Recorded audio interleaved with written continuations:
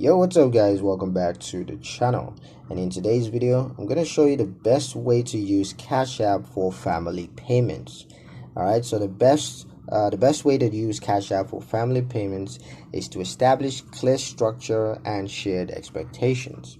Use Cash App for predictable transfers such as allowances, shared bills, or reimbursements rather than informal untracked spendings.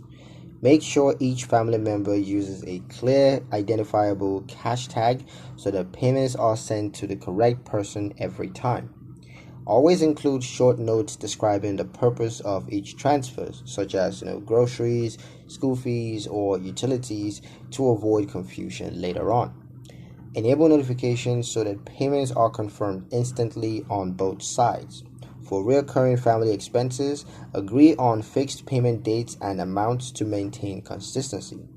Avoid sharing account access or PINs even within family cycle. Clear rules and transparency keeps family payments smooth, reduces misunderstanding, and prevents accidental misuse of funds. But yeah, that's pretty much it for the video, guys. Hope you liked it. Hope you found the information here useful enough.